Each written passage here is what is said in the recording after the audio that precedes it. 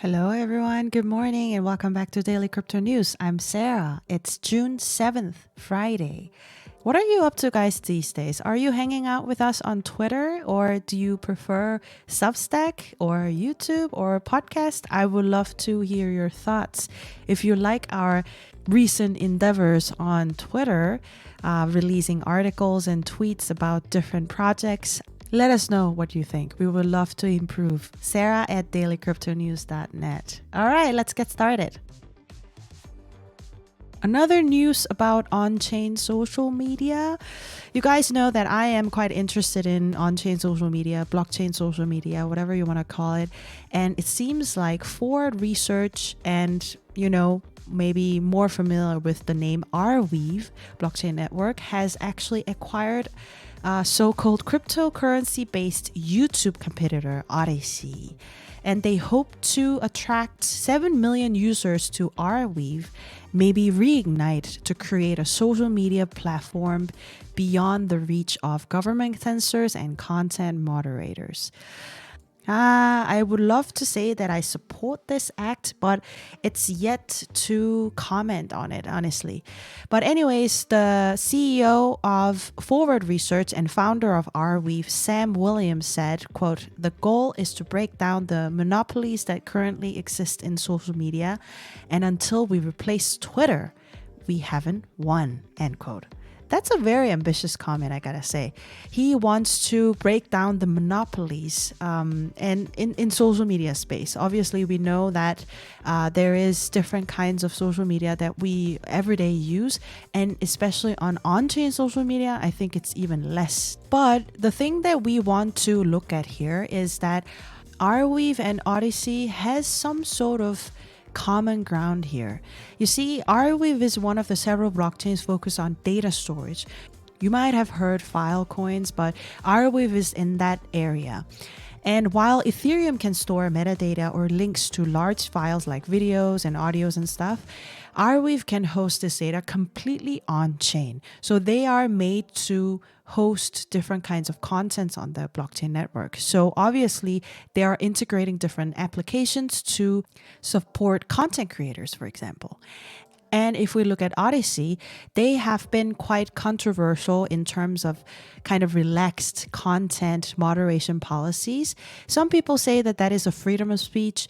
Obviously, crypto users really love that concept. And it seems like Odyssey doesn't really have so many crypto content creator, or rather people who care about crypto. So it has that room for them to grow and also to probably incentivize with crypto or something like that to work with Arweave. And not to mention the fact that Odyssey has way more user base already using this platform, and that is not even possible to compare with, for example, Farcaster or other on-chain social media.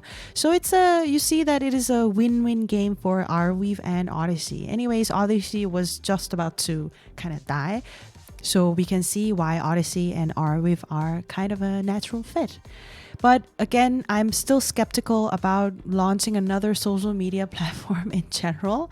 So I would love to also hear from you guys. Do you think we need more blockchain social media or some kind of social media that is friendly towards crypto more than we have right now? Obviously, we have TikTok, Instagram, all these different platforms, including Twitter. But now, I guess we might have Odyssey too. Let us know. Sarah at dailycryptonews.net. The next news is also about monopoly in this market. And I think you know what we're going to talk about, stablecoin. I know that stablecoin has been kind of in crypto industry for a very long time, and recently I can see the crazy competition going on. We have PayPal, we have Ripple, we have Aave, we have Curve, we have Ethena, USDE, not to mention that we already have USDC, USDT, Frax, DAI. Now it's going crazy right now. And it seems like even market dominance is about to change as well. USDT has overtook USDC and it happened in no time. And now we have another stablecoin. It's from the Mountain Protocol. It's called USDM. And you might have already heard of it. And Mountain Protocol has raised $8 million in a round led by Multicoin Capital recently. And obviously, I got the quote from the co-founder of Mountain Protocol, Martin Carica, and he said, "There is a monopoly in the stablecoin market, and we aim to return this value and revenue to our holders." This makes total sense. I mean, the stablecoin market is becoming incredibly crowded and saturated because the profit that people can generate from stablecoin market is incredible. Tether alone generated $4.52 billion in net profit in Q1 2024. It's so-called cash cow now in the crypto companies. So you can imagine there will be even more stablecoins coming out, and the war has just begun. Mountain, which is registered in Bermuda, they will not really offer USDM to US users until actually US passes stablecoin related legislation. And of course, we know that it's really not likely to happen given the whole shenanigans that is going on with elections and political struggles in Capitol Hill. And I don't see stablecoin regulations are sitting at the top of politicians' mind. Nevertheless, Karina thinks that Mountain has the real opportunity in the stablecoin market, not because it can be used in US, but in the cross-border payments. And obviously, he is from Argentina, and the countries that has weak currency or rather unhealthy currency system would have USD dollars anyway. So if we can support stablecoin with the cross-border payments, then he thinks that users count will follow. What do you think? We have talked about stablecoin related issues in this week's roundup, so I would love to hear from you. But if you want to know how Matt and I debate about stablecoins, welcome to watch the weekly roundup. Telegram announced a new in-app currency called Stars on Thursday, and apparently it made a big growth in Telegram community. Essentially, what happens is that Stars will facilitate the purchase of digital goods and services in Telegram mini apps. And also, the Stars can be purchased with fiat currency through in-app purchase via iOS and Telegram within Telegram itself. And if you want to kind of cash out this Stars currency or in-app currency or tokens or whatever, you can withdraw Stars in Tonecoin. So you can see how Telegram got a lot of popularity through this launch. Developers and vendors will then be able to exchange their Tonecoin for other cryptocurrencies, including USDT, also inside the Telegram wallet bot. You can see that this Telegram ecosystem is actually really growing. I'm so surprised that Telegram became way beyond the messaging app. People have been using Telegram for so many cryptocurrency related communications, group chats, announcement channels, secret groups for crypto signaling. Everybody used Telegram in crypto, right? And now they have been kind of taking advantage of this fact and made Tonecoin, made different bots to support cryptocurrency projects. And now they have their own in-app games and in-app currency and support all the transactions for Tonecoin and other cryptocurrencies like USDC all inside the Telegram. How many apps do we have that can do all these things, that has apps, that have messaging, that have transaction function, that has cashing out with different cryptocurrency? It's mind-blowing, honestly, when you think about it. Anyways, this news hit the market and then people went so bullish. And of course, the cryptocurrency associated with Notcoin, similar in-app Telegram game, the one that Matt covered yesterday, surged past 2 billion market cap earlier this week. 2 billion. And not the token ticker NOT is also the largest gaming token launched so far in 2022. Earlier Wednesday, Tonecoin hits its highest price ever, $7.76. Damn. The token now sits right at the verge of 18 billion market cap. In today's Asia Focus, I'm going to South Korea first. This is a little bit sad news, but I got a report, of course. And there are a lot of cryptocurrency exchanges are going to close.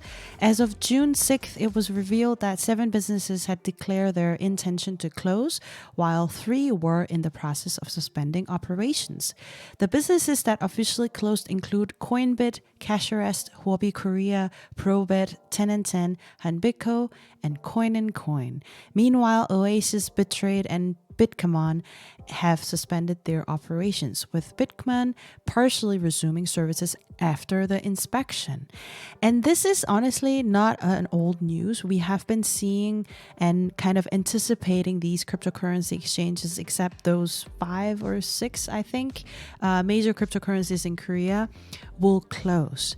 But I have to say it's a very sad news. And let me dive a little bit deeper in terms of local knowledge in Korea. So when cryptocurrency exchange crackdown in Korea started, it was about cryptocurrency exchanges having the bank account to work together because all the customers have to cash out eventually. So cryptocurrency exchanges started to talking to these traditional banks in Korea. But the thing is, each bank could only partner with one crypto exchange. So if you remove all the small banks that don't really care about crypto or don't even really want to work with crypto exchanges, they will be removed from the list. So there's only so many banks left in Korea to have cryptocurrency exchange open their account. So what did it happen? Relatively smaller crypto exchanges didn't even stand a chance to open any bank account with them. And given the support from the government, some crypto exchanges, let's just say, for example, bigger crypto exchanges like Upbit or Bithum, they already had banking partners. I really blame the government to make the crypto exchange industry in Korea become really small and almost close to monopoly. I also know people from these smaller crypto exchanges, and they really work hard to make ends meet and comply to the regulations if they got a chance.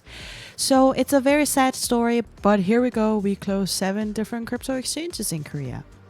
As of recording right now, where I am, it started to have a quick rain. So if you hear a little bit of background noise with rain, I hope you don't mind. This time we're going to China, and there is a significant news that I want to share with you. According to Wu Blockchain, a news organization based in social media, users in China can now use Bybit for registration and authentication services to proceed with their KYC process, which means Chinese residents can use cryptocurrency exchange. They can do this by submitting their ID, passport, driver's license, or residency permit. And China was not included in the list of restricted regions for the exchange to provide its service.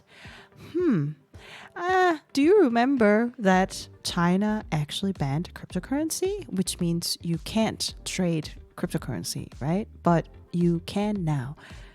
So does it mean that we changed the law? No. Some time ago, we talked about this in Asia Focus. I think this is very typical Chinese policy towards new technology and new business and new industry, where unless this industry makes major mess up, major trouble in public, then they will try to leave it as is to see how this industry grow. I think that is what is happening in China as well. I think this is an incredible news. Whether or not it's Bybit, we see people living in China will be back in the crypto industry. Of course, it is until they're not, hopefully. But as per this news, I am very bullish and positive about the market right now. Moving on to Japan, we have a little sad news again. Crypto exchange called DMM Bitcoin, based in Japan, has suffered a major hack, losing 4,502.9 Bitcoin on Friday. And again, this is actually not a big news anymore. This has already flooded in the market last week, and as per Bloomberg report, the exchange is trying to raise 50 billion Japanese yen, which is around $321 million, to take care of users' fund. An incident, of course, is going through the post-mortem, and we will have to see what happened exactly. But the interesting point of this news is that they will try to buy back some Bitcoin, and they lost, 4,000 Bitcoin? So will there be some buying pressure? That is how I see this news. But the incident itself, going back to the news, which is considered 7th biggest crypto hack ever according to Chainalysis data, amassed $305 million worth of customer fund. I really hope that Japan already learned a lesson through Mt.Gox long time ago, and there is a proper measure to pay back the user's fund for sure. But we will have to see how it goes. This is rather a happy news. I want to share a new product launch announcement from the metaverse. I used to work with a lot of metaverse projects in the past, and I do have a soft spot for metaverse games.